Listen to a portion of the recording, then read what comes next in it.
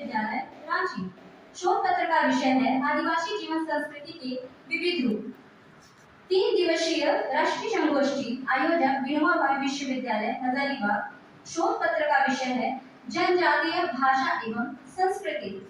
2 दिवसीय अंतर्राष्ट्रीय संगोष्ठी आयोजक आनंदा कॉलेज हजारीबाग। शोध पत्र का विषय है पर्यावरण शिक्षा और जागरूकता। मेरे निम्न उद्देश्य हैं समाज में मध्य वर्ग का उदय। वैश्विक पृष्ठभूमि पर मध्य वर्ग का उदय यूरोप की औद्योगिक क्रांति और ज्ञानोदय के वैचारिक पृष्ठभूमि के साथ हुआ। कृषि समाज में औद्योगिक क्रांति के संक्रमण काल में एक ऐसे वर्ग का उदय हुआ जो ना तो पारंपरिक अभिजात वर्ग था और ना ही श्रमिक वर्ग था। यही वर्ग आगे चलकर मध्य वर्ग और बुजुर्गा वर्ग कहलाया। मध्य वर्ग ने लोकतंत्र बुर्जुआ वर्ग इसको बोल रहे हैं, इसको याद रखिए। चलिए बोलिए।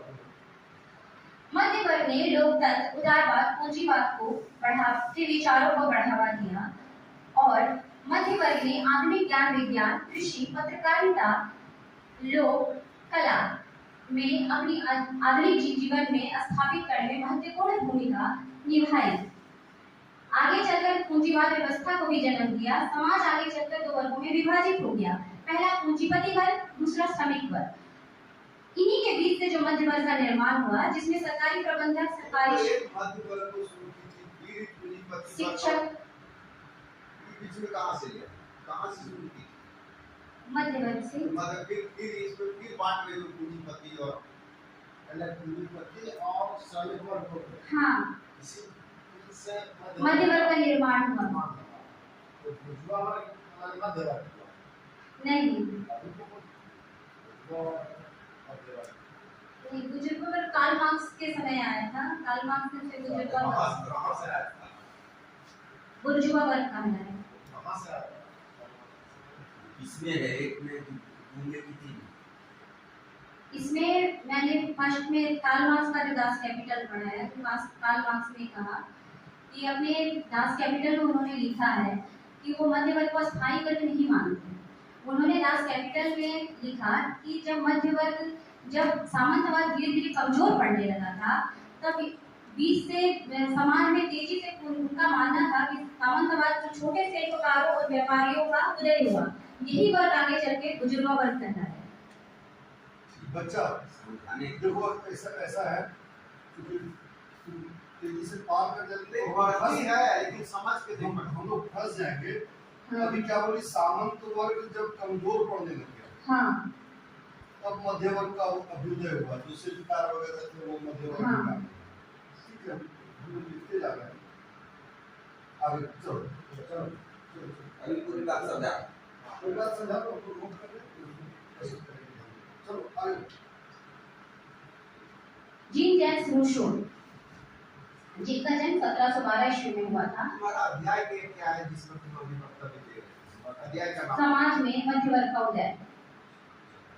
इसमें जो मैंने जीन जैक्स रूसो को पहले पढ़ा, द सोशल कॉन्ट्रैक्ट, जो उनका एक सामाजिक अनुबंध, उसमें उन्होंने बताया है कि मध्य वर्ग को लोकतंत्र का स्तंभ और सामाजिक स्थिरता का आधार माना है और वे स्वयं भी मध्य वर्ग के थे। उन्होंने समाज को 3 व्यवस्था में बांटा: पूंजीपति वर्ग, श्रमिक वर्ग और मध्यम वर्ग।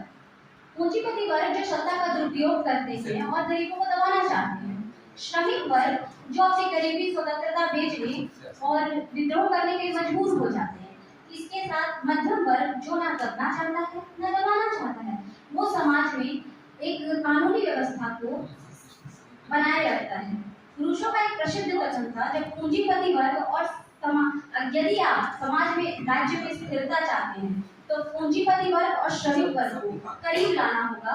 ना ही कोई ज्यादा इतना अमीर होना चाहिए जो दूसरों को दबा सके, गरीब लोगों को, और ना ही कोई इतना गरीब होना चाहिए जो उसे अपनी स्वतंत्रता बेचना पड़े। इसलिए रूसो ने समान इच्छा का सिद्धांत दिया। बेचनी पड़ेगी, माफी चाहती हूँ। रूसो ने संबोधन से ही शुरू की और आरएसपी कॉलेज का नाम है धनबाद में झरिया बेलवड़िया। हाँ झरिया में रहती, हम तो सुनते थे जानते हैं झरिया में, धनबाद में नहीं यार आरएसपी कॉलेज। नहीं, झरिया में है, बेलवड़िया में। धनबाद बोली हाँ धनबाद में। बड़े में सब तू गड़बड़ कर देती हो। आराम से करते हैं अनंता कॉलेज होता है, कॉलेज का अलदा कॉलेज, हाँ? अलदा कॉलेज, अभी ठीक तो अन्नदा, मैं अभी भी नहीं कुछ बोल रही। अलदा कॉलेज, डबल ना अन्नदा, अन्नदा अन्नदा, अन्नदा अन्नदा। नाना संयुक्त। हाँ हाँ बोलो, चलिए बोलिए। तब समझिए आराम से पूरी भड़बड़ाहट नहीं हुई, आधा घंटा लगेगा। ठीक। किसी की गाड़ी नहीं छूट रही, हम लोग सब आपके इंतजार में हैं। चलिए बोलिए बोलिए। तो रूसो का जो समान इच्छा का सिद्धांत दिया, इसमें उन्होंने बताया कि व्यक्तिगत स्वतंत्रता और सामाजिक सत्ता के बीच समन्वय स्थापित करना चाहिए। और उन्होंने इसमें समान इच्छा का सिद्धांत का अर्थ हुआ समाज का सामूहिक कल्याण। उन्होंने इसमें मध्यम वर्ग को बहुत ही महत्वपूर्ण माना। उन्होंने कहा है कि मध्यम वर्ग इसमें समाज में संतुलन बनाए रखने के लिए महत्वपूर्ण भूमिका निभाते हैं और मध्यम वर्ग न्याय और समानता चाहते हैं। इसके विपरीत जब कार्ल मार्क्स 1818 ईस्वी को जर्मनी के ट्रियर नगर में कार्ल मार्क्स का जन्म हुआ, कार्ल मार्क्स लोकतंत्र मध्य वर्ग को अस्थायी वर्ग नहीं मानते। उन्होंने मध्य वर्ग को ढुलमुल वर्ग कहा है कि जब समाज में शांति बनाए रखना चाहते हैं तो जब वो पूंजीपति, जब समाज शांति, तो जो मध्यम वर्ग के लोग रहते हैं वो पूंजीपतियों के करीब जाना चाहते हैं, मजदूरी से दूरी बनाए रखना चाहते हैं। इसके विपरीत जब समाज में स्थितियां, जब उनका आर्थिक संकट आता है तो वो मजदूरों से सहानुभूति रखने लगते हैं, मजदूरी के वर्ग में शामिल होने के लिए मजबूर हो जाते हैं। तो उन्होंने मार्क्स का मानना था कि जब तेजी से पूंजीवाद का उदय होगा तो समाज दो विरोधी